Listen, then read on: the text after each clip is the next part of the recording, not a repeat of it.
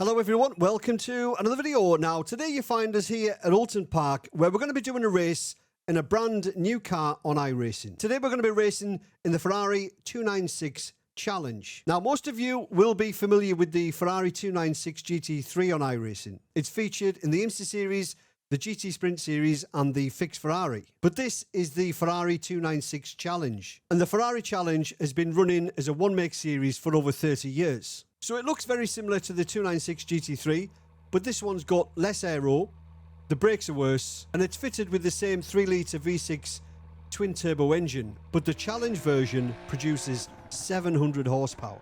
So this thing's like an absolute rocket, but it doesn't want to stop or turn. So the race we're going to do is only a short 15-minute sprint race around Oulton Park, and we've qualified on pole with a 1 minute 31.767. But this race isn't about being super competitive. We just want to see what the car's like. But before we jump on track, I need you to bear with us. We need to pay some bills. And I'm going to introduce today's sponsor, PC Specialist. Now, over the last 12 months, I've uploaded over 200 videos to YouTube, all with high frame rates, all with all the bells and whistles on. And that's only been possible because of my PC Specialist system. As a sim racer and as a content creator, I need this computer to do what I want it to do every time I press a button. And this system is genuinely the beating heart of this YouTube channel. So if you are in the market for a pre-built computer system, please check out the link down below to PC Specialist. Use the code DC25 and you'll get £30 off your order. So massive thank you to PC Specialist again for continuing to support the channel and sponsoring this video. So on with the race. 15 minutes around Oulton Park in the brand new Ferrari 296 Challenge, starting on pole. Let's get on track. Here we go. I'm not practiced to stand and start. This will be a standing start. Okay, Dave. Nice and neat. Stay out of trouble. Go. Ginger's got the jump on me there. He obviously knows how to start these.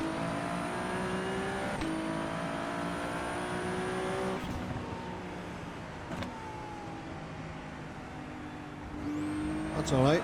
It's all about learning. All about learning.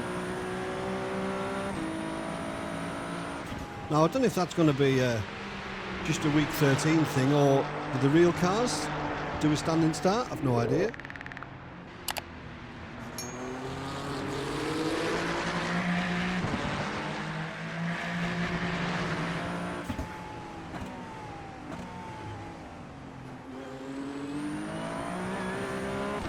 So these cars have got, I think, about 75% of the downforce of a GT3. But they've got more power. So they're going to be quicker in a straight line. Oh shit. But slower in the turns. And I believe they're on the new tyre model, so correct me if I'm wrong. I've no idea. Ginger in front said before the race that he believes they were.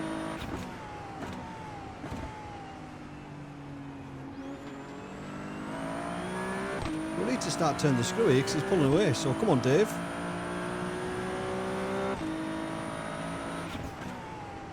P2.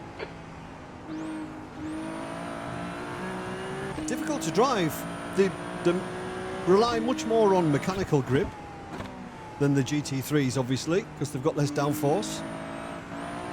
We'll take it. My kind of car, though. Lots of power. Mechanical grip.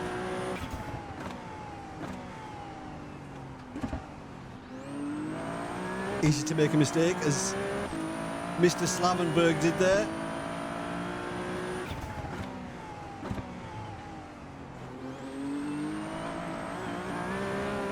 Oh, it's lively.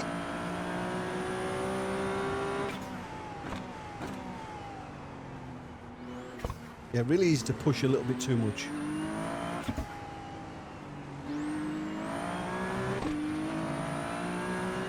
Don't want any more off tracks. We need to start just winding him in now. This is definitely one of those cars where you've got to be smooth. So let's just try and wind it back like I mentioned in the previous video about being smooth. Let's not try and wring its neck. Let's just try and be smooth. See if we can close that gap. Lift, let the car settle.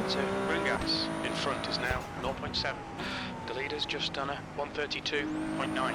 The guy behind has just done a 133.1.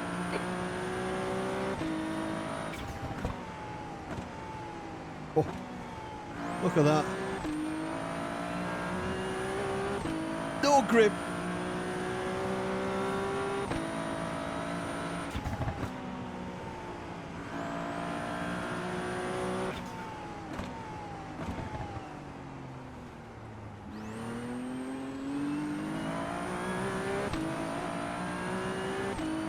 We're keeping him honest.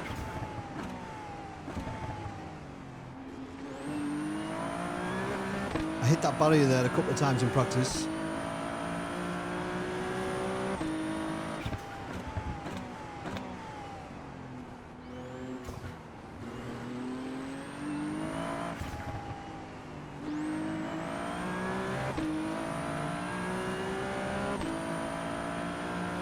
Need to close the gap a couple of tenths.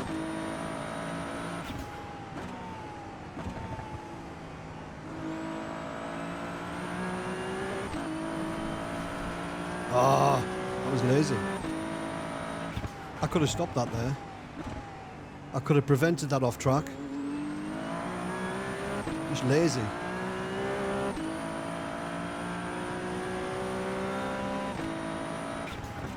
P2, new fastest lap for green gas, 132.1. Fucking green gas.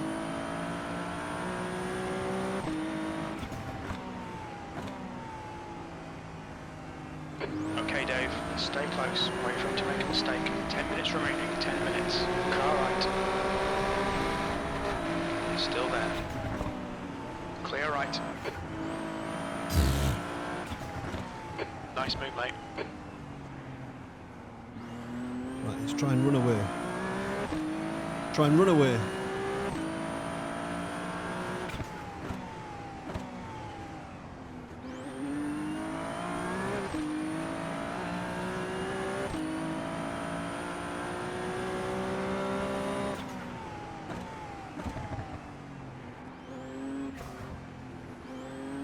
Put the pressure on him now to push, to keep up. We can just try and control the pace now.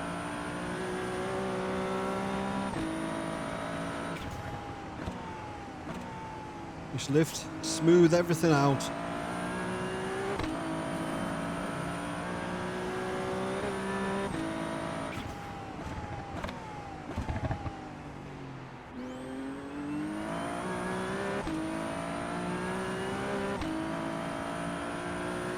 Come on, don't make it easy for him. Make him go the long way round. You're leading. You'd better believe we are, Jim.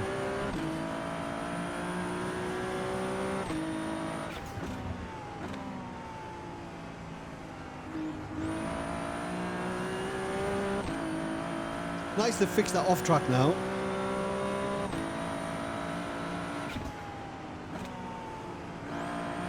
Yes, I think it's on the new tyre model. If anybody knows for certain, let me know. I've not even read the release notes. I've not paid any attention to this build at all so far.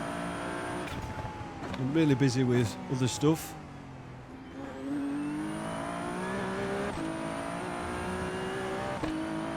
But I do like this car. I really like this car. Bit of a weapon. Incident in Nickerbrook. It looks like green gas. Rip green gas. I know that's not your real name. It takes the pressure off us, doesn't it? Try and get through the rest of the race without any more instant points. Yeah, so this car obviously rewards you if you're smooth. Just want to start to wind things back and stop pushing and close the gap. And that in turn forced him into a little bit of a mistake.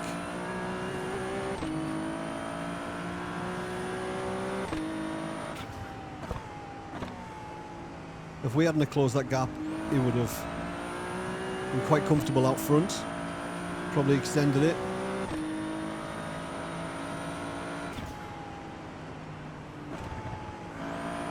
It feels like it's on the new tyre model, the way the car handles, so I think it probably is.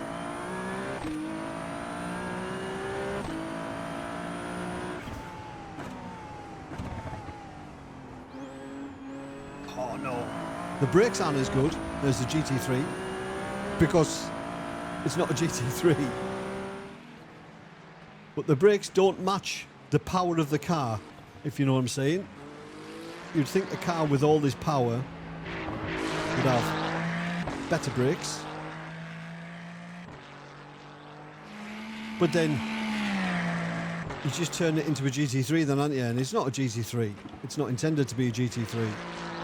I guess this is supposed to be a more cost-effective race series. Never going to be cost-effective though, let's be honest. It's a Ferrari 296. And you can't change too much in the setup either. Like, there's no Dave. Halfway home. brake bias adjustments even. Right now. So we're kind of stuck on 52%, which is alright.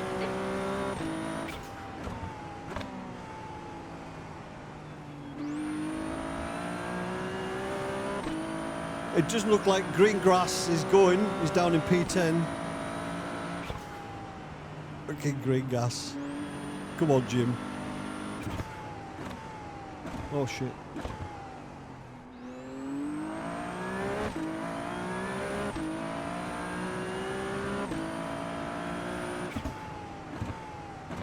Just 5 minutes left. Hold your nerve. We can win this. Put the flag out now, Jim. We'll take it. So what do I think of it? I think it sounds excellent. I think it drives really well. Like I mentioned, it's got much less downforce than the GT3. So it relies more on mechanical grip. If you watch it, the suspension is much softer. I'm guessing that the tyres are not as wide, the brakes aren't as big. I think it's the same engine from the 296, the 3-litre V6 twin turbo. Just got 700 horsepower this one, or more. So it's an absolute weapon. It really is an absolute weapon.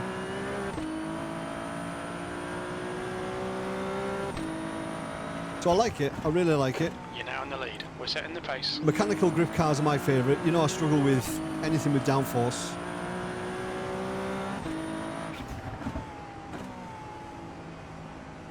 And it's nice to have a different car for the Ferrari Challenge, for the fixed Ferrari series. Which I presume this is going to be now. It's got to be, hasn't it? You know, they've got a new car, they may as well make a brand new series. Cash in, you know, cha-ching, as iRacing likes to do.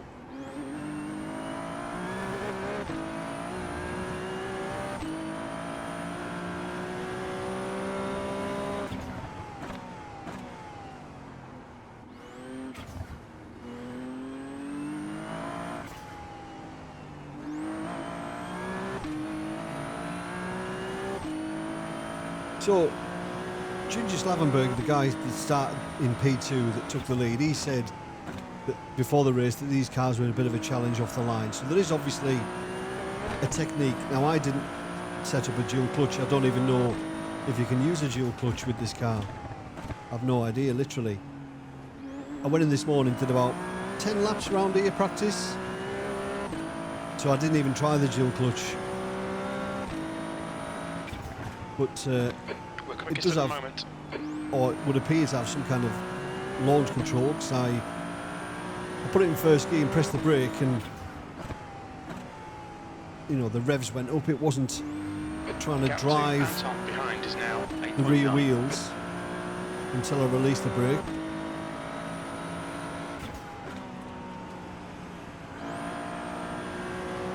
sorry, it's not the most exciting race. There's an incident in Britain's. Oh. Looks like it's Munro. Just 2 minutes left, 2 minutes to go. Let's just bring it home now. Let's just bring it home.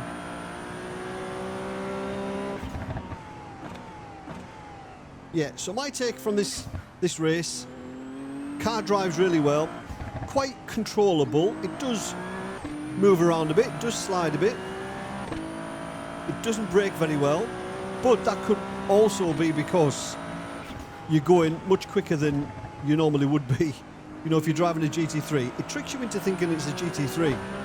So you're probably going a lot quicker approaching the braking zone than you would be in a GT3. So you are going to need longer braking distances, but I don't think the brakes are as good.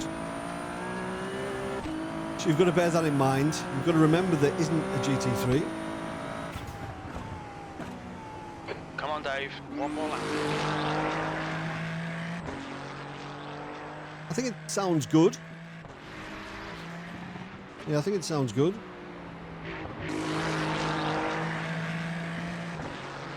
I like it. Visibility is good. The series is going to be mega popular. That's a certainty. It's going to be a popular car. Looks nice. Love the front end.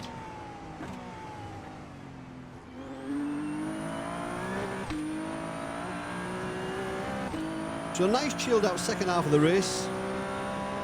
Haven't had to push.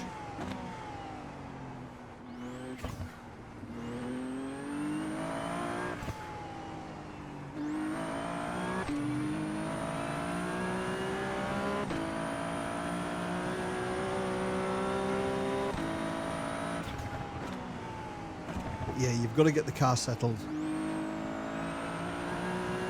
Doesn't like being rushed at all.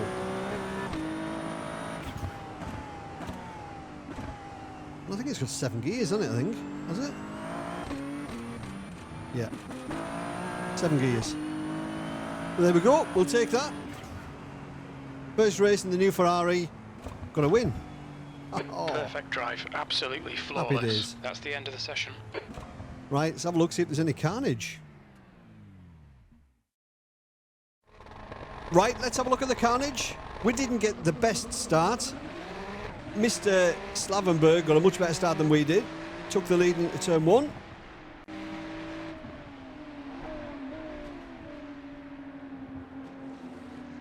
Could have been worse.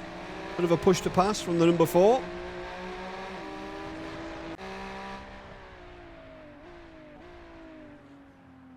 Oh, is that... We'll have to watch that again. So he wrecked his car there.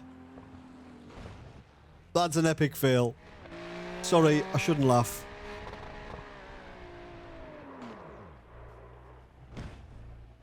That was equally as impressive. And that is it. Blimey, hardly anything happened. Right, let's have a look at the results. So there was only one split for this race. The strength of field was 1,573. So we lost safety rating there, 0.02. A bit disappointing considering we only had 3 incident points, but we gained 27 iRacing. So we got the win. Antonello P2 and Raphael P3. We were car number 1, started P1. Our best lap was a 1:31.306. And like I said, we had 3 incident points. So who was the biggest winner? I think it's going to be Raphael, who finished P3. He gained 45. And the biggest loser is Ginger Slavenberg. He lost 72. So there we go. Start on pole. We managed to get the race win. Safety rating loss, but an iRacing gain. So what do I think about the car? Well, I probably answered that during the race. I think it's going to be a really popular car. Really fun to drive. Really powerful. Really easy to make a mistake, which means there's always potential for good racing. I think it sounds great.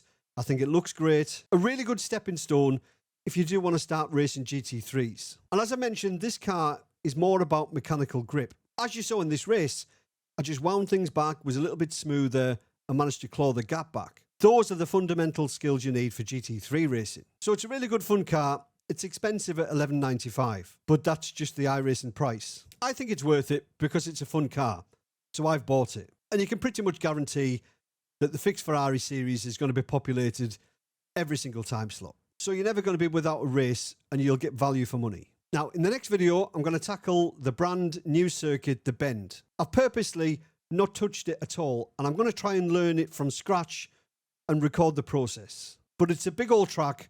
I think it's something like 4.5 miles long. And I've seen the track map, and it looks pretty twisty. So it's going to be a bit of a challenge learning it, but it's going to be a whole lot of fun. So if you did like this video, please remember, give it a thumbs up. And if you want to see more, please consider subscribing. And as always, thanks for watching. Have a great week. See you later. Cheers.